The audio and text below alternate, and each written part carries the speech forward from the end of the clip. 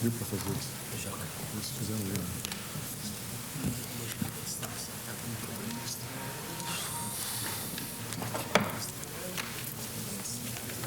O que está vendo? Tem um problema aí. 2, 4, 6. Vamos iniciar. Está aberta a sessão. O secretário lerá a ata da sessão anterior. Ata da 22ª sessão ordinária, realizada em 25 de agosto de 2004, presidente do ministro Nelson Jobim, Procurador-Geral da República, Dr. Cláudio Lemos Fonteles, apregoado os seguintes processos: ações diretas de constitucionalidade e inquérito. Senhores ministros, prosseguindo no calendário dos julgamentos, eu chamo o ministro Celso de Mello, com sustentação oral de 3 interessados, inclusive o Ministério Público, extradição 855, requerente do governo do Chile, e extraditando Maurício Fernandes Norambuena, o Maurício Fernandes Norambuena, o Maurício Hernandes Norambuena, o Maurício Hernandes Norambuena. Palavra, Excelência. Senhor presidente, a República do Chile, com fundamento em tratado bilateral de extradição celebrado em 1935 e incorporado ao ordenamento jurídico brasileiro, postula, por intermédio de nota verbal, a entrega ao Estado requerente de Maurício Fernandes Norambuena, ou os diversos nomes que possui, súdito chileno que foi condenado naquele país a 2 penas de prisão perpétua pela prática dos crimes de homicídio, de formação de quadrilha armada e de extorsão mediante sequestro, todos esses crimes qualificados como atos delituosos de caráter terrorista. A prisão cautelar de Maurício Fernandes Norambuena, que também foi condenado pela Justiça do Estado de São Paulo à pena de 30 anos de reclusão pela prática em território brasileiro contra a vítima brasileira dos crimes de extorsão mediante sequestro, de formação de quadrilha e de tortura, foi por mim decretada nesses autos. O ora extraditando, atualmente recolhido ao sistema prisional paulista, no Centro de Reabilitação Penitenciária de Presidente Bernardes, foi interrogado naquela comarca por magistrado estadual de primeira instância, a quem deleguei a prática desse ato processual. O súdito estrangeiro em questão, quando de seu interrogatório judicial, após haver informado que possuía defensor regularmente constituído, respondeu que deseja retornar ao seu país e submeter-se à autoridade do Poder Judiciário chileno, havendo esclarecido ainda que não foi julgado por tribunal de exceção, tendo-lhe sido asseguradas as prerrogativas do contraditório e da ampla defesa que exerceu naquele país, nos processos de que resultaram as condenações que motivam essa extradição, que exerceu mediante advogado próprio, sendo certo, finalmente, que os procedimentos criminais de que resultaram as 2 penas de prisão perpétua não transcorreram à sua revelia, pois não foi julgado in absentia. O extraditando, ao oferecer a pertinente peça de defesa, subscrita por advogado, por ele regularmente constituído, propugnou pelo deferimento desse pedido extradicional com a imediata efetivação de sua entrega à República do Chile, com prejuízo da condenação penal imposta pelo Poder Judiciário brasileiro, assim fundamentando em seus aspectos essenciais o pleito em questão. Verbis. O requerido, o ora extraditando, manifestou o desejo de ser extraditado, entendendo que há possibilidade de obter algum benefício para atenuar a pena que lhe foi imposta, 2 prisões perpétuas. Ao ser questionado sobre os processamentos dos feitos que redundaram em suas condenações, o requerido respondeu que fora julgado e processado por um órgão ordinário do Poder Judiciário chileno, que teve direito ao contraditório e ampla defesa, assim como à assistência de um advogado. Quanto à natureza dos delitos pelos quais foi condenado, o requerido respondeu que essa qualificação fora dada pelos órgãos judicantes do Poder Judiciário chileno. Considerando as respostas aos quesitos formulados por Vossa Excelência, entendemos que não há óbice ao provimento do pedido de extradição. Senão, vejamos, diz o extraditando em sua própria defesa, por intermédio de advogado regularmente constituído. Os crimes foram definidos como crimes comuns pela justiça chilena, portanto, não foram considerados delitos políticos ou de opinião. Os crimes têm pena superior a 1 ano. As penas não estão prescritas. O extraditando teve direito ao contraditório e ampla defesa. O tribunal que julgou o requerido não foi um tribunal de exceção. O tribunal que o julgou está incerto no ordenamento jurídico chileno, bem como na estrutura do poder judiciário daquele país. A pena de prisão perpétua, como assinalado por Vossa Excelência, considerando a jurisprudência predominante hoje nessa Igreja Corte, não constitui óbice ao presente pedido. A legislação aplicada ao caso continua em vigência no Chile. O requerido, em seu interrogatório, manifestou o desejo de ser extraditado. Portanto, em nosso entender, continua a defesa do extraditando, a extradição deve ser julgada procedente para determinar se a entrega do requerido ao Estado requerente. Embora a condenação do extraditando seja a 2 penas de prisão perpétua no Estado requerente, vale salientar que, após cumprir determinado quantum, poderá usufruir benefícios conforme ele mesmo, requerido, declinou. Entretanto, se o extraditando tiver que cumprir a pena imposta no Brasil integralmente, aí sim terá que descontar pena pelo resto de sua vida. Saliente-se que o crime praticado no Brasil é hediondo. Assim definido pela Lei 8.072/90, tal legislação determina o cumprimento da pena em regime integralmente fechado. Por outro lado, ele menciona aqui a condenação que então havia sofrido em primeiro grau, a pena de 16 anos de reclusão pela prática de delitos em território brasileiro. E antevia, no momento da defesa, que o Tribunal de Justiça do Estado de São Paulo iria certamente prover o recurso do Ministério Público Paulista, o que efetivamente ocorreu. E o Tribunal de Justiça do Estado de São Paulo proveu o recurso de apelação do Ministério Público Paulista e elevou essa pena a 30 anos de prisão pelas práticas em concurso material dos crimes de extorsão mediante sequestro, de formação de quadrilha armada, crimes que motivaram as condenações chilenas, inclusive, e também de tortura.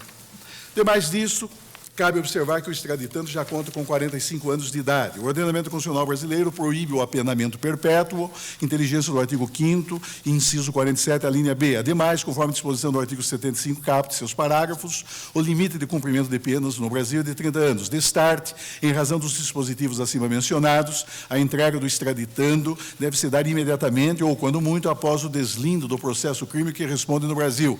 Eu apenas esclareço que a condenação imposta pelo Tribunal de Justiça do Estado de São Paulo já transitou em julgado.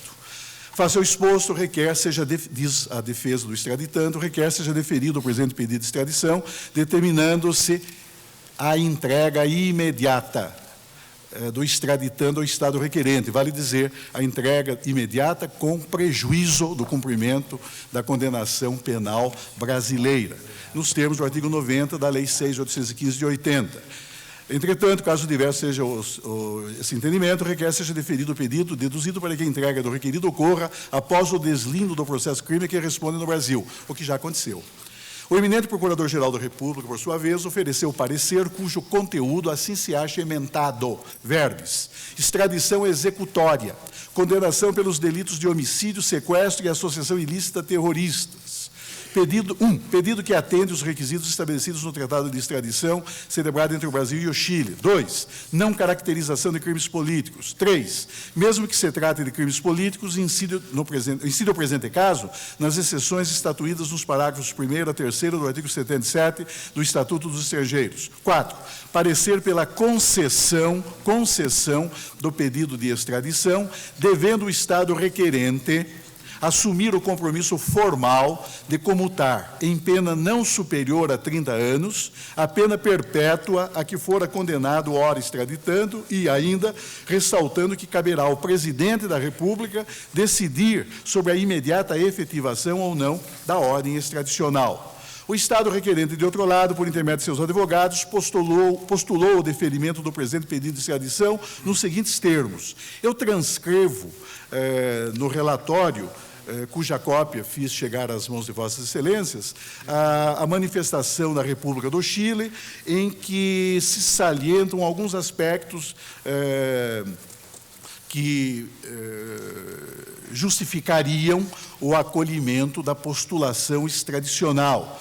notadamente no ponto em que se afirma que o extraditando foi julgado e condenado pelos tribunais ordinários de justiça da República do Chile, instaurados desde as origens da fundação da República, que integram o Poder Judiciário e que, em conformidade com a Constituição Política da República do Chile e o Código Orgânico dos Tribunais, possuem com exclusividade a faculdade de conhecer das causas civis e criminais, de julgá-las e de fazer executar o julgado sobre todos os assuntos judiciais que se promovam na ordem temporal dentro do território da República do Chile, qualquer que seja a sua natureza ou a qualidade das pessoas que nelas intervenham.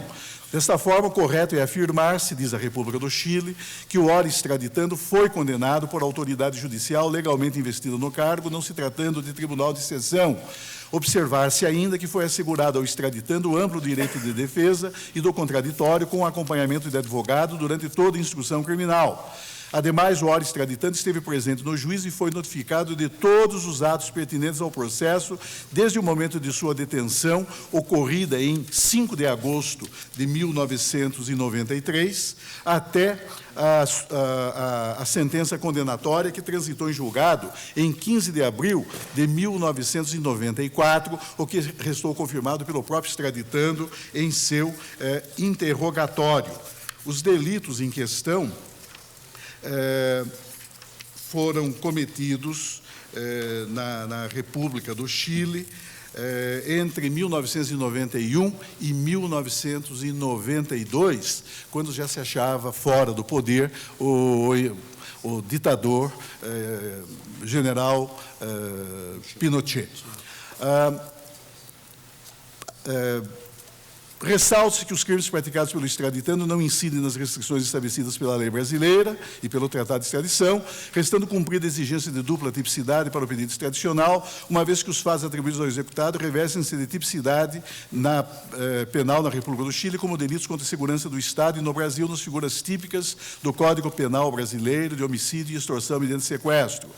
Mesmo que se considere ter havido a ocorrência de crimes políticos, deve-se evocar as exceções estatuídas no artigo 77, parágrafos 1º e 3º da Lei 6.815 de 80, que impõem, respectivamente, primeiro, observar que não impede a extradição quando o fato constituir principalmente infração de lei penal comum ou quando o crime comum conexo ao delito político constituir o fato principal. Tal regra também é acolhida pelo Tratado de Extradição firmado entre o Brasil e o Chile. E dois, que o egrégio Supremo Tribunal Federal poderá deixar de considerar crimes políticos os atentados aos chefes de Estado ou quaisquer autoridades, bem assim os atos de anarquismo, terrorismo, sequestro de pessoas, etc.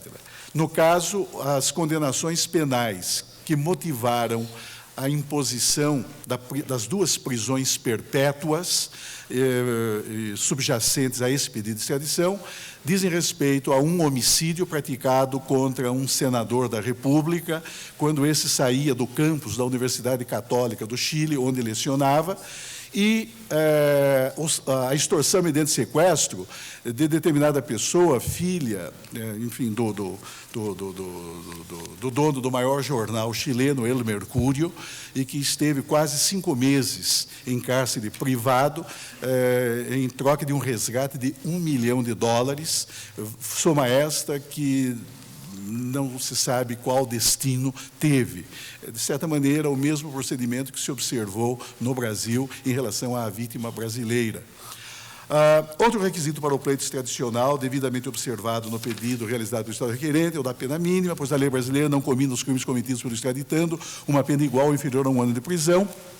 No que se refere à eventual exigência do compromisso formal do Estado requerente, diz a República do Chile, por intermédio dos seus advogados, para a realização da extradição, especificamente no que concerne à comutação da pena de prisão perpétua em pena privativa de liberdade pelo prazo máximo de 30 anos, cumpre observar que este egrégio tribunal, por diversos momentos, acirrou intenso debate sobre o assunto.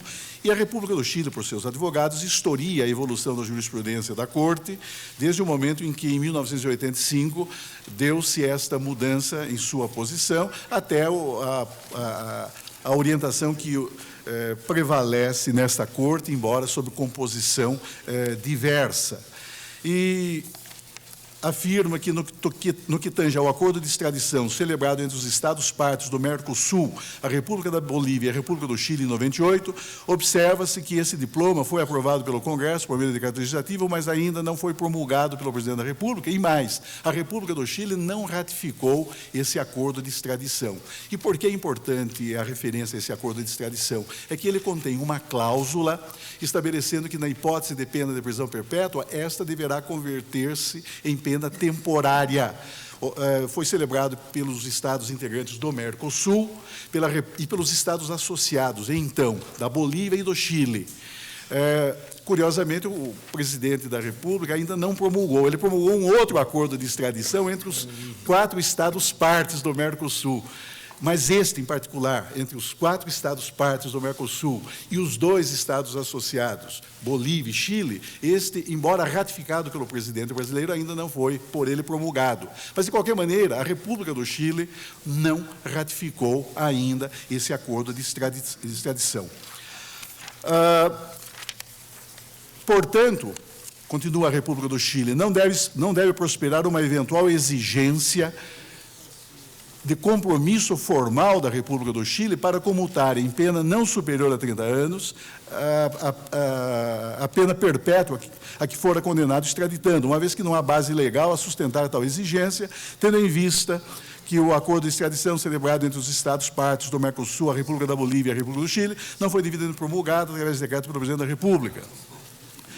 No que se refere ao processo criminal, ao qual responde o extraditando perante a Justiça Brasileira por extorsão mediante sequestro do empresário Washington Luiz Oliveto, cumpre esclarecer que no dia 13 de novembro de 2003, o Tribunal de Justiça do Estado de São Paulo julgou a apelação criminal número tal, em que restou exasperada a reprimenda fixada no 1º grau de jurisdição para o crime de extorsão mediante sequestro e, em concurso material, condenou o extraditando e outros acusados nos crimes de bando ou quadrilha e de tortura, fixando as penas no total de 30 anos de reclusão.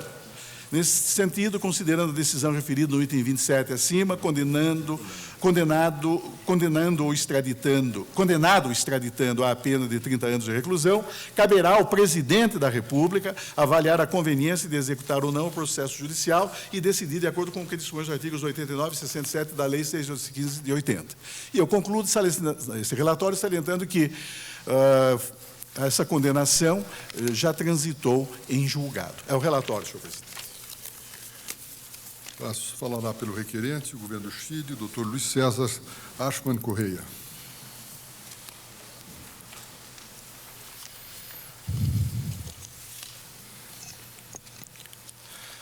Excelentíssimos senhores doutores ministros do Egrégio Supremo Tribunal Federal, excelentíssimo doutor Cláudio Fonteles.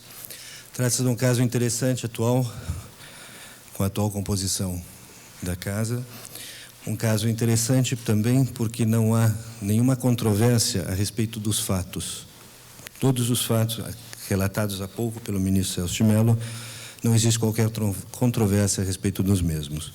Não existe também nenhuma controvérsia a respeito do preenchimento pela República do Chile de todos os requisitos para a concessão da extradição, tanto pela obediência ao decreto 1888 de 37, que foi a base legal do pedido da República do Chile, quanto com relação ao cumprimento das exigências contidas na Lei 6.815/80, conhecida como Estatuto do Estrangeiro, não havendo indicações seguras sobre local, data, natureza e circunstância de todos os fatos delituosos.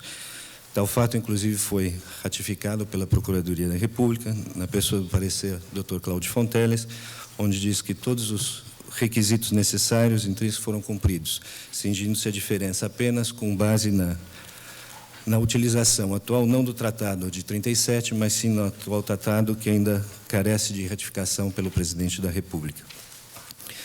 A República do Chile entende que o processo atual em julgamento aqui em pauta teve todo o seu trâmite de acordo com as normas previstas na legislação brasileira e que propugna que deve ser mantido o entendimento inicial apresentado em suas alegações escritas da prevalência do Tratado de 1937 e não do atual tratado ainda carente de ratificação pela Presidência da República. Principalmente por 2 motivos. O primeiro, que eventual comutação de penas na extradição de cidadãos estrangeiros, ele não pode ser considerado como um requisito que impede a dita extradição. A edição de um decreto pelo Presidente da República promulgando o referido tratado internacional impede que as normas previstas em tal diploma legal sejam inteiramente aplicadas no país, vez que não foram cumpridas todas as suas etapas para internação. Em razão disso, entende que deve ser prevalecido o Tratado de 1937, que permite à República do Chile aplicar as penas outorgadas por seus tribunais no julgamento do cidadão chileno Maurício Hernández Norambuena. Essa cinge-se, em breve relato, à divergência atual existente contra o parecer do ministro Cláudio Fonteles, do Dr. Cláudio Fonteles. Entende a República do Chile que não pode haver tal ressalva, não pode haver comutação dessa pena para fins de concessão da extradição, inclusive por diversos julgamentos já do Supremo Tribunal Federal, alguns mencionados pelo ministro Celso de Mello, principalmente desde 1985, onde o tribunal norteou suas decisões no sentido de que improcede a alegação de ressalva para a comutação da pena quando esta for de caráter perpétuo, pois a legislação não prevê esta alteração da pena como um dos pressupostos para a entrega do extraditando. Isso consta-se de diversos julgados, entre eles os contidos na RTJ 115.969 e 158.407, que fazem parte dos autos. E a segunda razão, porque o tratado mencionado, o Acordo de Extradição Mercosul, com os países convidados, como Bolívia e Chile, sequer foi objeto de aprovação, de apreciação pelo Congresso chileno. Ainda não entrou na sua pauta de apreciação, não existindo esse diploma lá no momento no Chile. Enquanto que no Brasil apenas depende de ratificação presidencial. São essas alegações da República do Chile, propugnando, restando demonstrar todos os requisitos para obtenção da concessão, com base no Tratado de 1937, mencionando que não deve haver qualquer ressalva, qualquer exigência de cumprimento de comutação de pena por parte do governo brasileiro, considerando-se ainda a opinião da Procuradoria-Geral da República e o pedido do próprio extraditando para o seu deferimento. Requer seja concedida a extradição do cidadão chileno Maurício Hernández Norambuena, procedendo-se à sua imediata efetivação da ordem extradicional com a entrega do extraditando às autoridades chilenas competentes. Obrigado. A palavra pelo extraditando, o Dr. Jaime Alejandro Mota Salazar. Excelentíssimos senhores ministros deste Pretório Celso, é uma honra dirigir-me a vossas excelências, senhor presidente, preclaro procurador da República, Dr. Cláudio Fonteles, é uma honra dirigir-me a vossa excelência também. Estou aqui para falar na defesa do extraditando que, de modo não usual, propugna pelo deferimento da extradição. Isso tem causado, na mídia, principalmente em São Paulo, onde ocorreu o delito pelo qual o extraditando foi condenado, no caso, a extorsão mediante sequestro do publicitário Washington Oliveto. Isso tem gerado comentários no sentido de que se aguarda o deferimento, a concessão da extradição, para que o extraditando vá para a impunidade no Chile.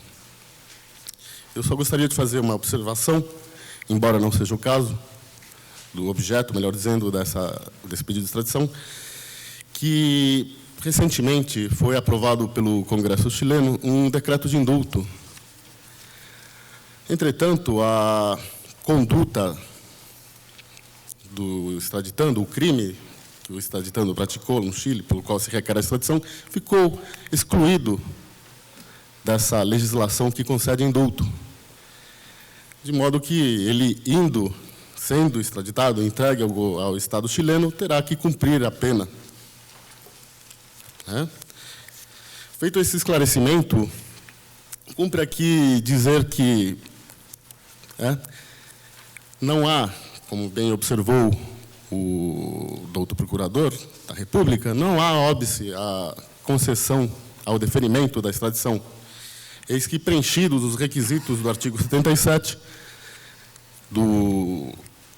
da Lei 6.815, Estatuto do Estrangeiro, tem como o Tratado de 37.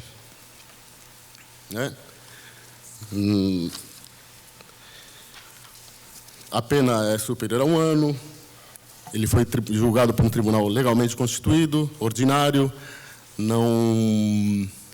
além do que, as penas não estão prescritas, e, como eu disse, o crime não é político, ou ainda que assim fosse, ocorre aqui a exceção do parágrafo 3º do artigo 77, que não vou ler, porque é do conhecimento de todos. Então, entendemos que não há óbice nenhum ao deferimento da extradição.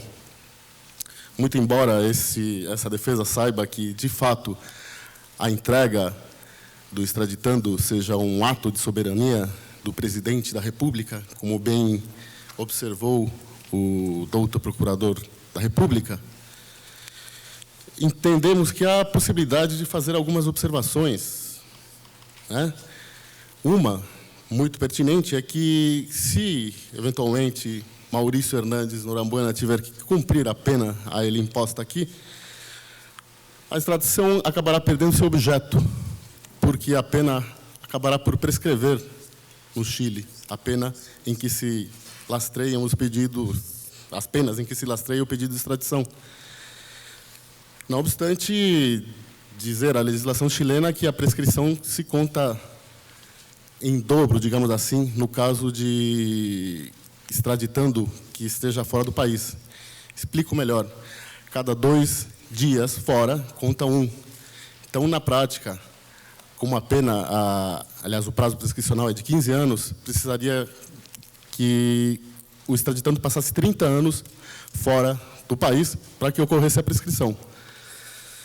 No presente caso, ele já está há 7 anos e meio fora do país, né? Então, restam ali 22 anos e meio, em 22 anos e meio ocorrerá a prescrição, perdendo o objeto, por conseguinte, essa extradição.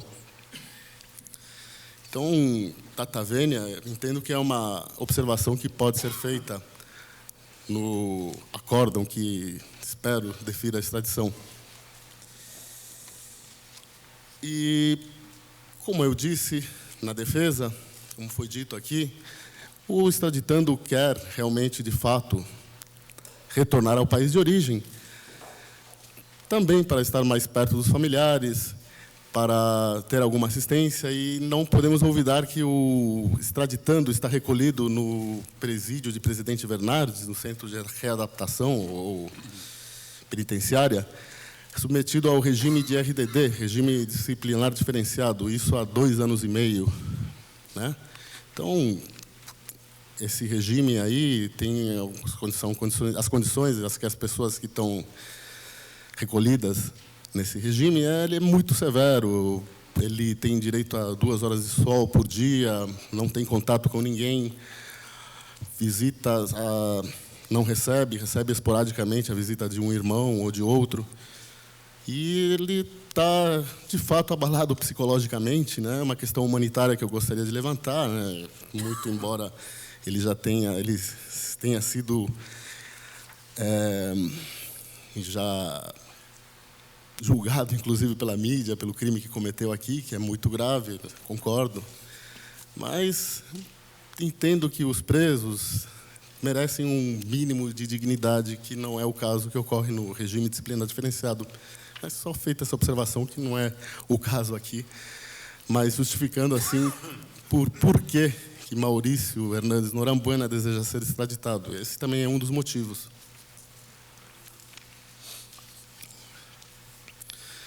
Mas, remetendo novamente à questão técnica e ao parecer de lavra do excelentíssimo senhor Procurador da República, entendemos que não há óbice na concessão da extradição, no deferimento da extradição, e, como bem observado por todos, caberá ao presidente da República definir o momento da extradição, porque, como já disse, se trata de um ato de soberania. É o que eu tinha a dizer. Muito obrigado pela atenção. Passo a palavra ao senhor Procurador-Geral da República, Cláudio Lemos Fonteles. Senhor ministro-presidente, senhores ministros, ilustres advogados, a despeito, é sabido na Corte, do extraditando manifestar o desejo de ver-se extraditado para seu país, essa Corte não se exime de examinar as cláusulas para o deferimento ou não da extradição. A que poderia me impressionar, no caso, seria a arguição de delito político. Mas o eminente relator colocou muito bem que este cidadão pratica crimes de delinquência comum. Por que de delinquência comum? Porque feitos dentro de um quadro de normalidade democrática na República Irmã do Chile e traduzidos num homicídio qualificado e numa extorsão mediante sequestro. A grande questão, duas grandes questões importantes que até que se tocam, me parece, para reflexão, e aproveitando a nova composição da Corte, é efetivamente o que coloquei no meu parecer da impossibilidade da prisão perpétua e voltarmos à antiga jurisprudência da Corte, que clausulava o deferimento da extradição com a obrigação do Estado requerente de observar o máximo de pena que adotamos em nosso país. Continuo me mantendo na linha desse pensamento. E mantenho, dada primeiro a especialidade do pleito extradicional, que, como todos sabemos, se caracteriza por ser um ato de cooperação jurisdicional, mas que o Estado, e aí o Poder Executivo, não pode ser posto à parte no exame, no envolvimento do exame do pleito extradicional. Portanto, bateremos com o segundo ponto, que é o presidente da República ter o poder, a despeito da concessão do Poder Judiciário pela extradição, de não executá-la. Então, tem essa peculiaridade o pleito extradicional. E a nossa Carta Constitucional, no artigo 4º, caput, que trata justamente a República Federativa do Brasil rege-se nas suas relações internacionais, e pleito extradicional é nítido de relação internacional, pelos seguintes princípios: prevalência dos direitos humanos. E nesta linha, e coerente com esta linha, a Carta Constitucional foi textual em abolir a pena de caráter perpétuo. Por que nós, brasileiros, abolimos a pena de caráter perpétuo? Abolimos a pena de caráter perpétuo justamente para fazer prevalecer o direito humano. Então, sob essa ótica e numa construção feita à luz da Carta Constitucional, eu tenho para mim que não significa invasão de soberania do Estado requerente, insisto, a cooperação, o ato evidentemente de cooperação com a participação de essência da Suprema Corte, não há a menor dúvida, mas também com a participação do Poder Executivo. Então, pode muito bem esta Suprema Corte, deferindo a extradição e restabelecendo a jurisprudência antiga, mormente nos dias que correm, em que lutamos todos pela afirmação de um Estado democrático de direito que necessariamente passa pela sempre defesa dos direitos humanos, e aqui quem está falando é um membro do Ministério Público, muitas vezes mal compreendido e visto como um acusador implacável, mas eu quero crer que se agigantará essa Suprema Corte, nesse momento histórico, de um reexame da sua e o retorno àquela jurisprudência que aqui se cristalizou em momento passado. E, nesse sentido, então, eu me mantenho na perspectiva de que é possível clausular-se o deferimento extradicional, porque o pleito que fez mudar a orientação desta Casa não deixou de ser carregado de profunda emotividade. Eu me recordo bem da questão. O que muda, o leading case que faz a mudança foi um homicídio efetivamente bárbaro, perpetrado por um cidadão americano que granjeara a amizade de um casal velho e levara esse casal a um passeio de barco e depois fizera explodir esse barco para herdar os bens desse casal solitário americano. Esse foi o leading case que alterou completamente, que a coisa tomou nos Estados Unidos também, lances dramáticos na opinião pública americana, não é? E, a partir deste fato, esta Suprema Corte alterou a sua jurisprudência. Mas acho que nós estamos em outro momento histórico. E, aliás, claro, pende ainda de definição do nosso presidente. O eminente advogado do governo do Chile disse que pende o debate no parlamento chileno.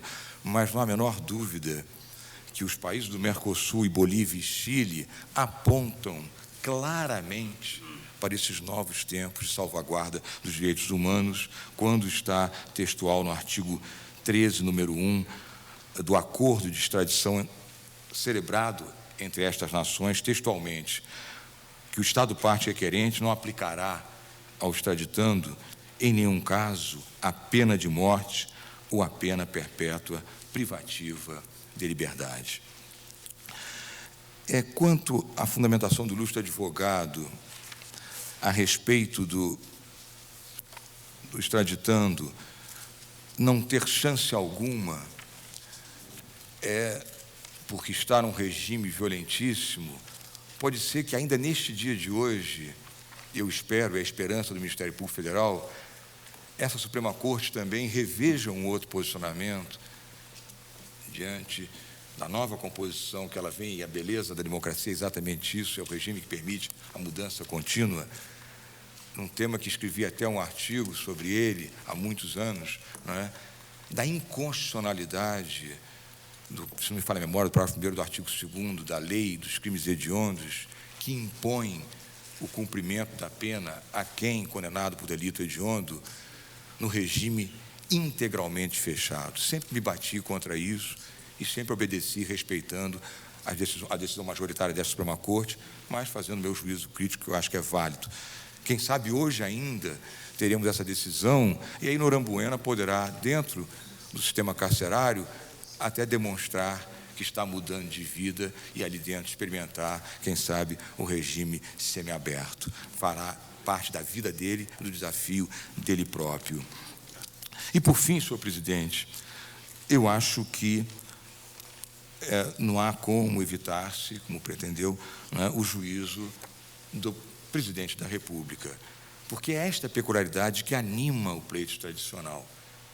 Nós não podemos descartar, num pleito que pulsa pela cooperação internacional de governos de Estado, que o presidente da República seja alijado.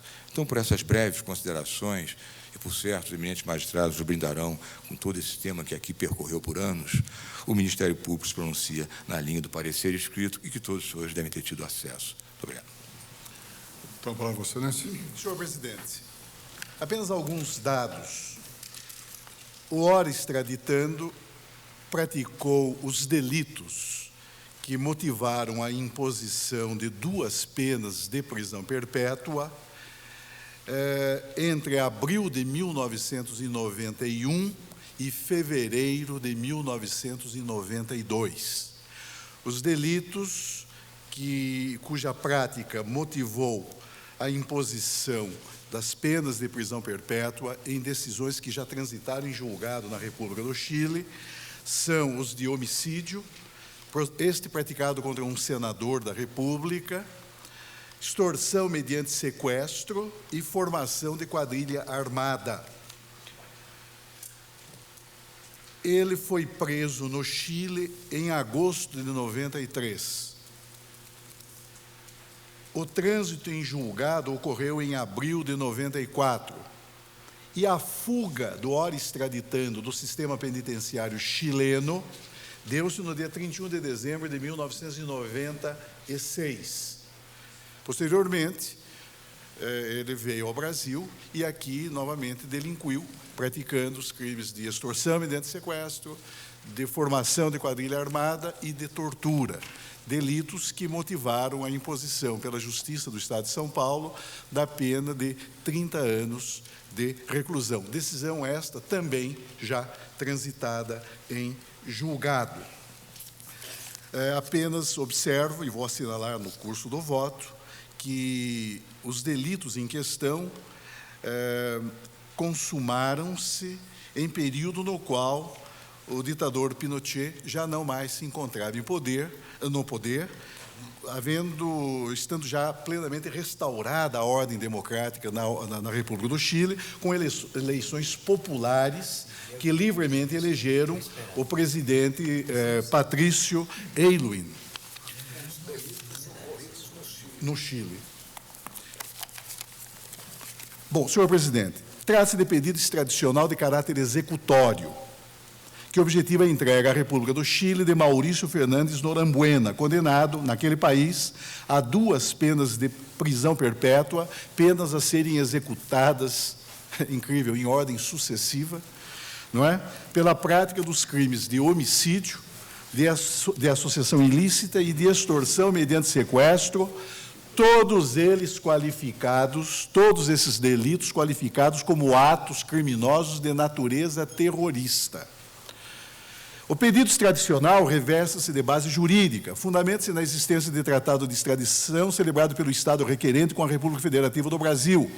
O tratado em questão confere pleno suporte jurídico à ação extradicional, ora promovida pela República do Chile. Satisfeito, portanto, um dos pressupostos essenciais inerentes à apreciação do pedido de extradição. De outro lado, eu analiso, senhor presidente, que, no caso, incide a competência exclusiva dos tribunais chilenos. De outro lado, observo que não se consumou a prescrição penal, seja pela legislação penal chilena, seja pela legislação brasileira. Indico quais são os marcos interruptivos e analiso, inclusive, a questão em face da fuga do ora extraditando, que cumpriu das 2 prisões perpétuas, cumpriu apenas 3 anos e 4 meses na República do Chile. Nesse momento, deu-se a evasão do sistema prisional chileno. Isso significa que a pena passou a reger-se pelo prazo residual, nos termos do Código Penal brasileiro, pelo tempo que resta da pena. Na página 14 do voto, cuja cópia fiz chegar a Vossas Excelências, eu menciono que, tratando-se de pena de prisão perpétua, já decidiu esta Corte, no caso de que foi relator o eminente ministro Sepúlveda Pertence, que, verbis, ainda que se devesse tomar por base a pena de 30 anos, que é o máximo legalmente execuível no Brasil, máximo admitido na lei brasileira, mesmo assim o período residual, prossigo eu, já descontado o lapso efetivamente cumprido, 3 anos e 4 meses, será de 26 anos e 8 meses de prisão, o que fará com que o cálculo da prescrição penal continue a reger-se pela norma inscrita no artigo 109.1, seja 20 anos. Consequentemente, não se consumou a prescrição penal. Transcrevo no ponto o trecho do parecer da doutora Procuradora-Geral da República, que também refere-se a esse precedente da lavra do eminente ministro Pertence, proferido na extradição 843 da República da Itália.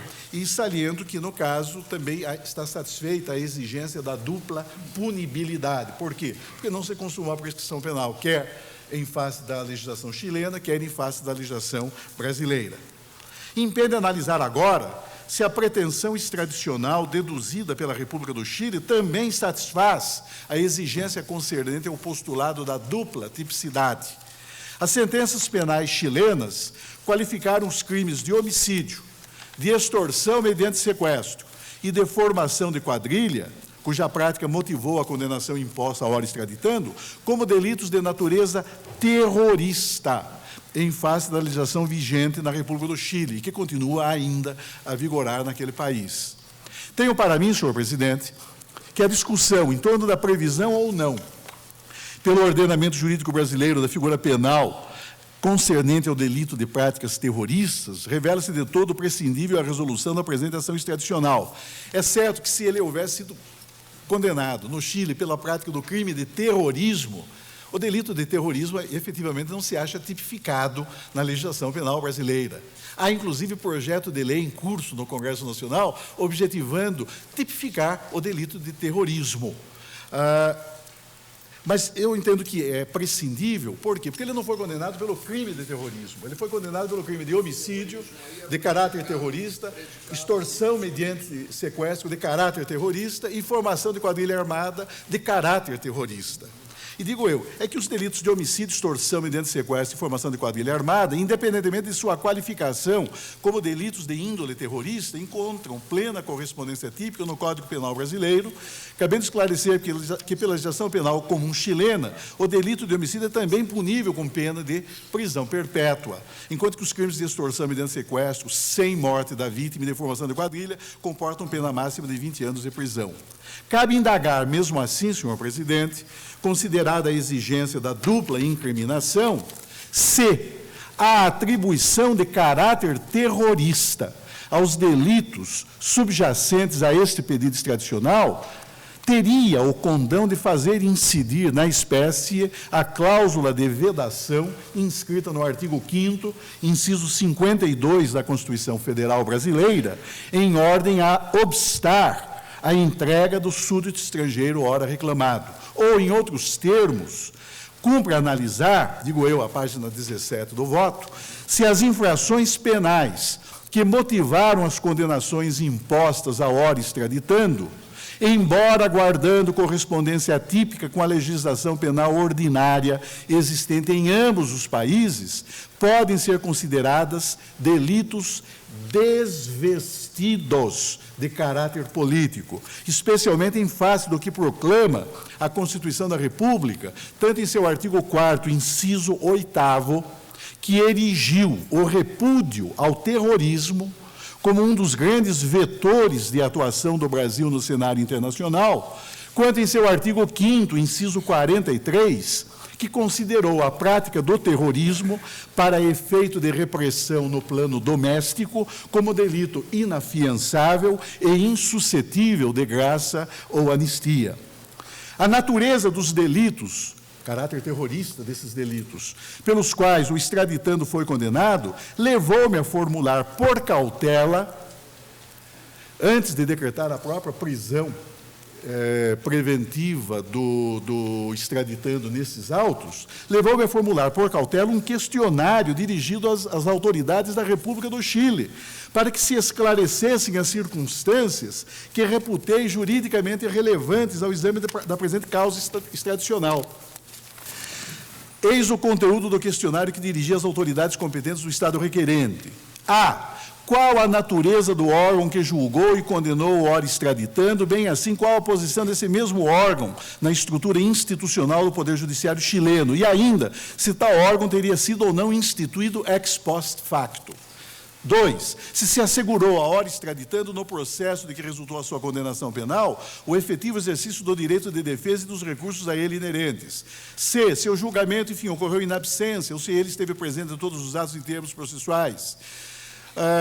Se o pedido extradicional envolve unicamente o delito de homicídio que vitimou o senador Jaime Guzmán, ou se nesse pedido de extradição acha também incluída a condenação penal pelo crime de sequestro de Christian Edwards, del Rio, pois os documentos produzidos pelo Estado requerente contêm cópia de sentença proferida a propósito desta última condenação.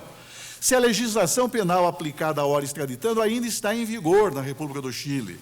Se o ordenamento chileno prevê ou não, no caso do ora extraditando, a possibilidade de redução, após o cumprimento por determinado período de tempo, da pena de prisão perpétua que lhe foi imposta. E assim, formulei este questionário que se acha a folhas 18. A República do Chile respondeu a essas questões. Esclareceu-se quanto à primeira indagação que o órgão judiciário que julgou a causa penal instaurada contra o extraditando não é tribunal de seção, eis que compõe em caráter permanente a estrutura institucional do Poder Judiciário chileno, isso desde as origens da República, como salientado, não havendo sido instituído ex post facto, nem sido organizado ad hoc, ad hominem, tratando-se, portanto, de órgão da justiça comum. Salientou-se ainda, quanto à segunda indagação, que foi assegurada a ora extraditando a observância do devido processo legal, tendo-lhe sido conferidas todas as prerrogativas processuais de caráter fundamental, havendo inclusive sido esgotadas todas as vias recursais pertinentes. Registrou-se, de outro lado, no que se refere à terceira indagação, que não foi julgado in absência e que, aspas, esteve presente no juízo e desde o momento da detenção, ocorrida em 5 de agosto de 93, até que sentença condenatória transitou em julgado em 15 de abril de 94. Foi notificado de todos os atos pertinentes ao processo, mantendo-se privado de liberdade.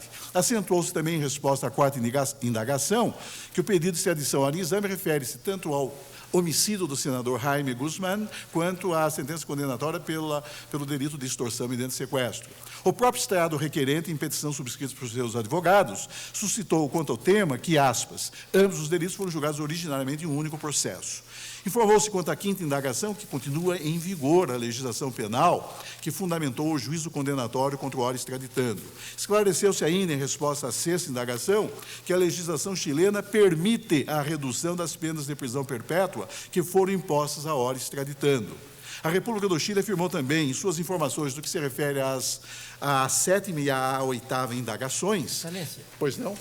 A legislação do Chile comporta essa possibilidade de Sim, redução? essa resposta me foi dada Foi dada? positivamente. Sim, mesmo tratando-se de delito de caráter terrorista, há a possibilidade de redução da pena de prisão perpétua imposta ao extraditando. Não simplesmente para torná-la vitalícia. Não, mas há a possibilidade. Então, a despeito do caráter perpétuo, há reversibilidade. Sim, há possibilidade. Essa foi uma indagação que eu fiz. Não é? Tanto que, desse questionário, desse meu questionário, letra F, se o ordenamento penal chileno prevê ou não, no caso do ora extraditando, e disse no caso por quê? Porque foi condenado pela prática de ato de caráter terrorista, a possibilidade de redução após cumprimento por determinado período de tempo da pena de prisão perpétua que lhe foi imposta. E a resposta foi que sim, é possível. Inclusive no caso do ora extraditando, mesmo tratando-se de delitos de caráter terrorista, mesmo tratando-se de imposição de pena de prisão perpétua. Talvez por isso o extraditando houvesse mencionado que o seu retorno ao Chile lhe possibilitaria benefícios. Sim, ele, aliás, explicitamente reconhece, por intermédio do seu ilustre defensor, essa possibilidade e vislumbra essa perspectiva em sua peça de defesa. As condições carcerárias também devem ser outras lá no Chile. Melhores que as Bom, nossas. mas digo eu, quanto à sétima e à oitava indagações,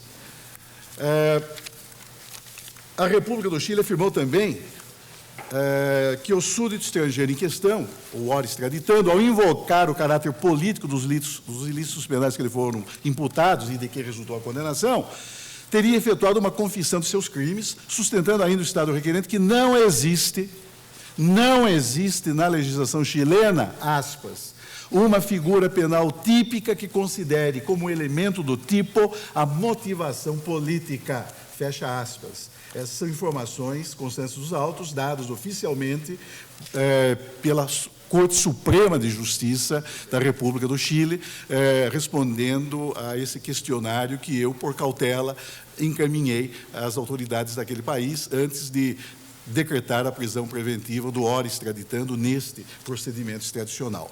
Salientou-se, por fim, em resposta à nona indagação, que a República do Chile ainda não ratificou o acordo de extradição que celebrou ao lado da Bolívia com os estados integrantes do Mercosul. O ora extraditando, considerando as respostas dadas às indagações que venho de mencionar e concordando, o extraditando com os esclarecimentos dados pelas autoridades chilenas, expendeu as seguintes considerações, que eu transcrevi a folhas 21 e 22.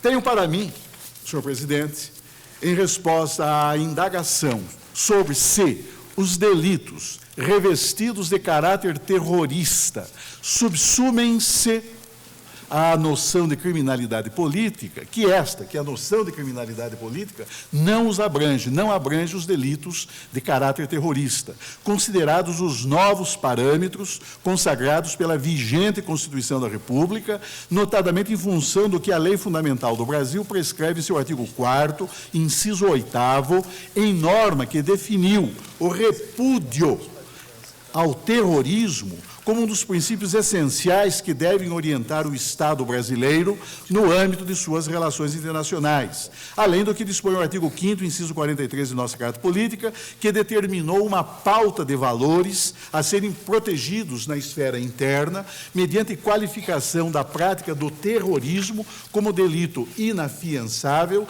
e insuscetível da clemência soberana do Estado.